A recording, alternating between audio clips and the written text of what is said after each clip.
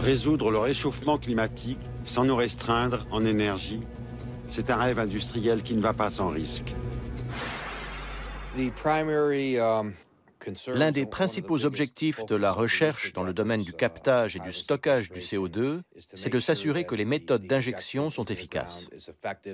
Autrement dit, le gaz carbonique doit pouvoir rester sous terre très longtemps. Et en cas de fuite, l'homme et l'environnement ne doivent courir aucun danger, car on s'inquiète des fuites éventuelles. Si elles sont trop importantes, cela signifie que le réservoir ne remplit pas son rôle. Par ailleurs, une concentration en gaz carbonique trop élevée se révélerait dangereuse, puisqu'un excès de CO2 dans un même lieu peut provoquer l'asphyxie. Le but n'est pas de régler un problème au risque d'en créer un autre.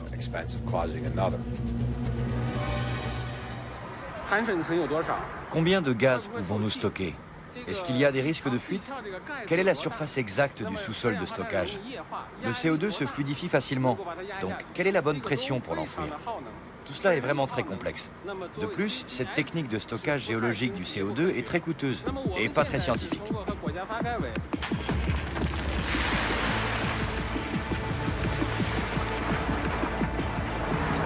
Le cauchemar du charbon chinois ne pourra pas, en proportion à ses émissions, se dissiper dans les couches géologiques de la Terre.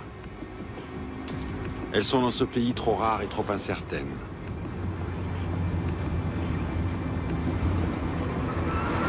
Et quoi qu'il en coûte, la Chine a la volonté de conforter sa place prépondérante dans le système économique mondial.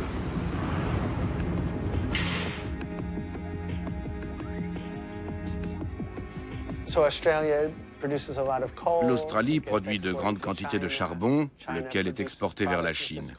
Avec ce charbon, la Chine fabrique des biens qu'elle vend aux États-Unis et à l'Europe. Et d'un bout à l'autre de la chaîne, on favorise le maintien en place du système. Il est dans l'intérêt économique de l'Australie de vendre son charbon et dans celui de la Chine d'avoir accès à une source d'énergie bon marché pour exporter des biens à l'Ouest. Et cela arrange les pays occidentaux d'importer des produits peu coûteux de Chine.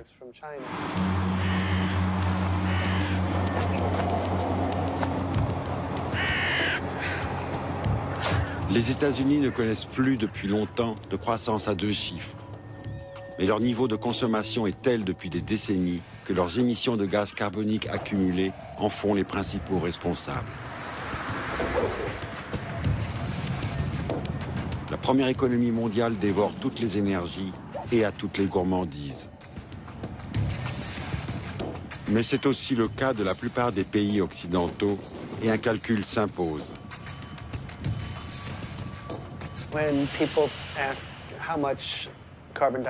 Lorsque les gens demandent quelle quantité de CO2 est émise par les États-Unis et la France, ils se réfèrent à la quantité produite à l'intérieur de ces pays.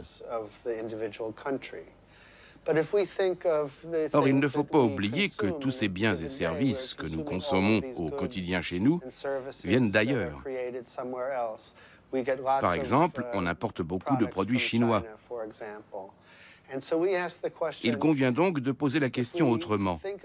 Combien de gaz carbonique a été libéré pour fabriquer ce que nous consommons? De quel taux d'émission de CO2 sommes-nous responsables en tant que consommateurs?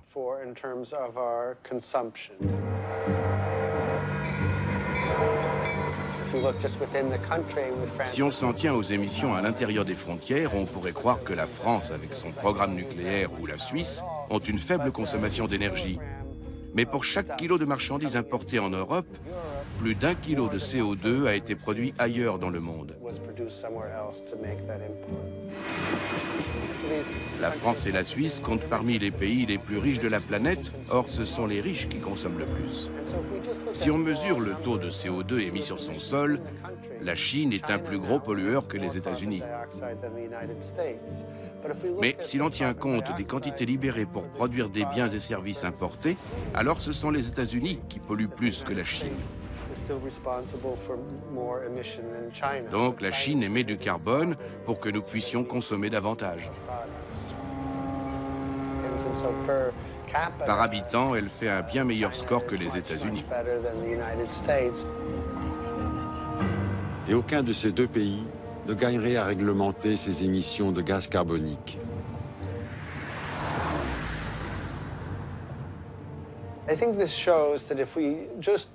Si on se contente d'instaurer des systèmes stricts de contrôle aux États-Unis et en Europe, cela ne suffira pas. Au contraire, on ne fera que favoriser la production de marchandises dans des pays moins regardants. Par exemple, si la Chine n'adopte pas une réglementation très sévère, davantage de produits destinés aux marchés américains et européens y seront fabriqués. Cela aura des conséquences négatives sur l'environnement, mais aussi sur l'emploi, car la délocalisation des émissions de CO2 s'accompagne forcément de la délocalisation du travail. Il devient alors politiquement bien plus difficile d'adopter les mesures qui s'imposent.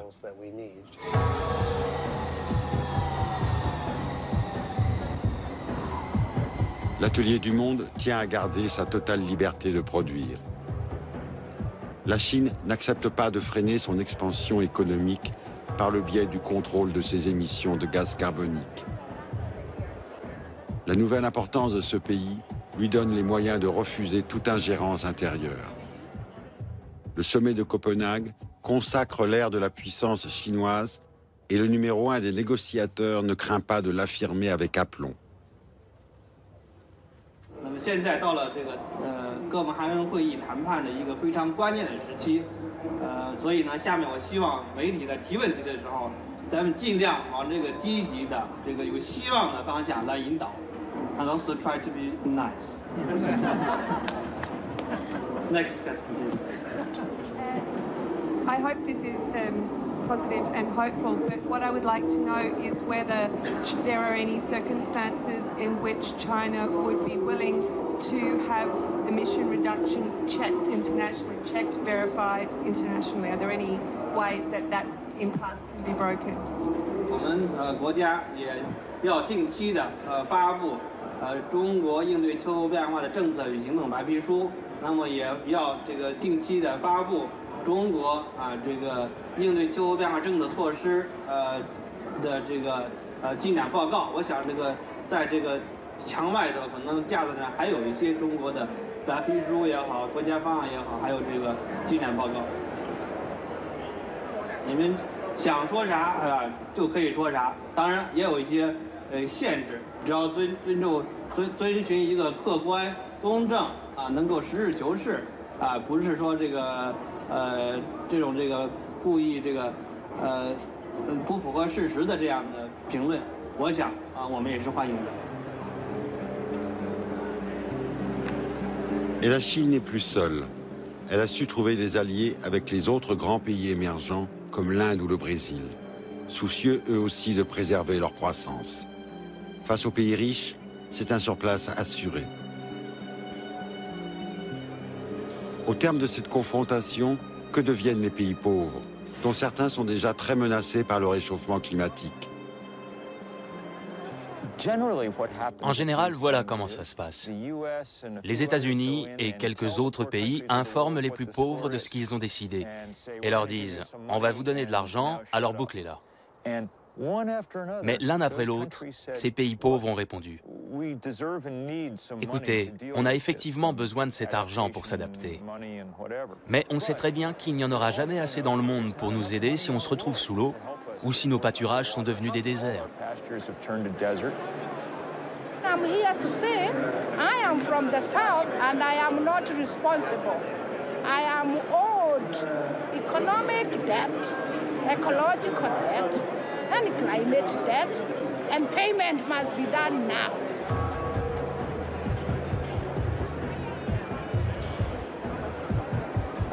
We're climate debt agents who work to get the rich polluting countries to pay their climate debt to the countries affected by the climate changes. And we are from ActionAid Denmark, and we demand money on the table now. Les pays pauvres obtiendront à la toute fin de la conférence une promesse de 30 milliards de dollars pour investir dans les énergies vertes. Bonsoir, Monsieur le Président. L'Afrique a dû taper du poing sur la table pour se faire entendre ici à Copenhague. Est-ce que vous avez l'impression qu'elle a été entendue? J'ai déjà dit, l'aide financière. On va se battre ici pour demander les chiffres. On va nous promettre tout. Le jour où ça se fera, j'y crois. Je ne peux pas fonder ma politique sur des preuves, puisque ça fait 10 ans que je suis au G8, hein, que je participe aux réunions du G8, depuis 10 ans qu'on nous promet chaque fois 50 milliards de dollars, je les attends encore. L'insolente prospérité de Mr Carbone renvoie toujours à une autre insolence, celle de la richesse, en étroite relation avec le niveau d'émissions de gaz carbonique.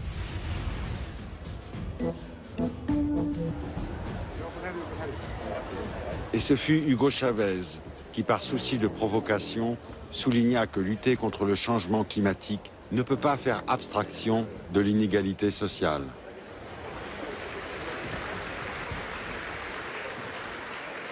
Bueno, fíjense,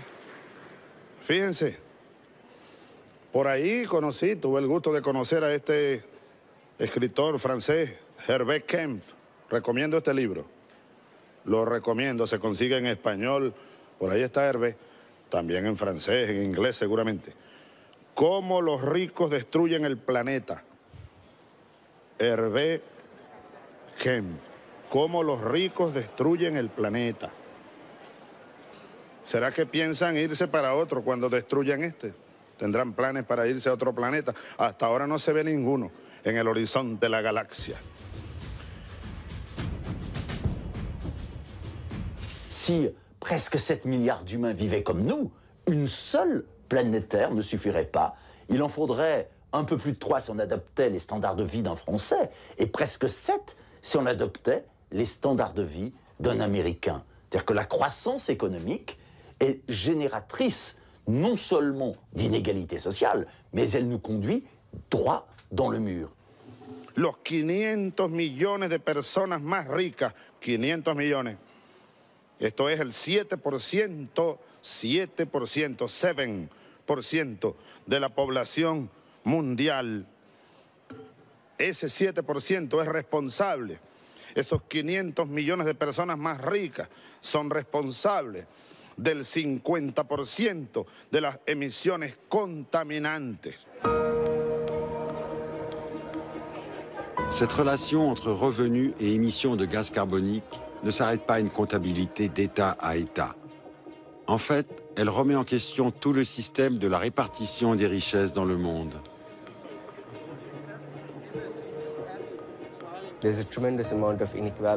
En matière d'émissions de CO2, il existe de très fortes inégalités, en ce sens que partout dans le monde, ces émissions sont en grande partie imputables aux riches. Et quand je dis riches, je parle à l'échelle mondiale. J'englobe la classe moyenne en Europe, ce qui signifie que la plupart des Européens sont riches par rapport aux autres habitants de la planète. J'insiste beaucoup sur cette définition de la richesse. La plupart des Européens et des Américains ne se considèrent pas comme riches, parce qu'ils appartiennent à la classe moyenne. Mais à l'échelle mondiale, ce sont de gros consommateurs. Si vous prenez, par exemple, le patrimoine, c'est-à-dire l'ensemble des biens accumulés, si vous avez un patrimoine personnel de 5 650 €, il y a beaucoup d'enfants qui ont plus de 5 650 €, eh bien vous appartenez déjà aux 50% les plus riches de la planète. Si vous avez un patrimoine de 45 000 €, c'est-à-dire même pas le prix d'un petit studio, vous appartenez aux 10% les plus fortunés de la planète. Et si vous avez un capital de 375 000 €, vous appartenez aux 1% les plus riches de la planète.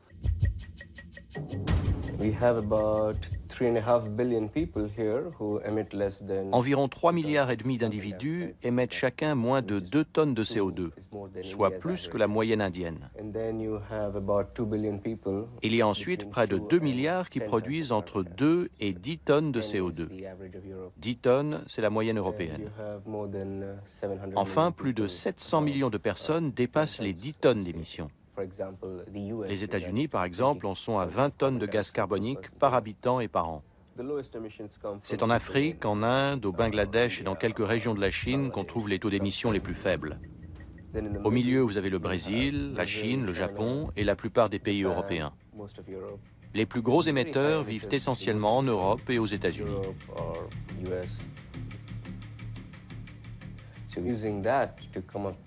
Ces chiffres doivent permettre d'établir une répartition différente de l'effort de réduction des émissions selon les États.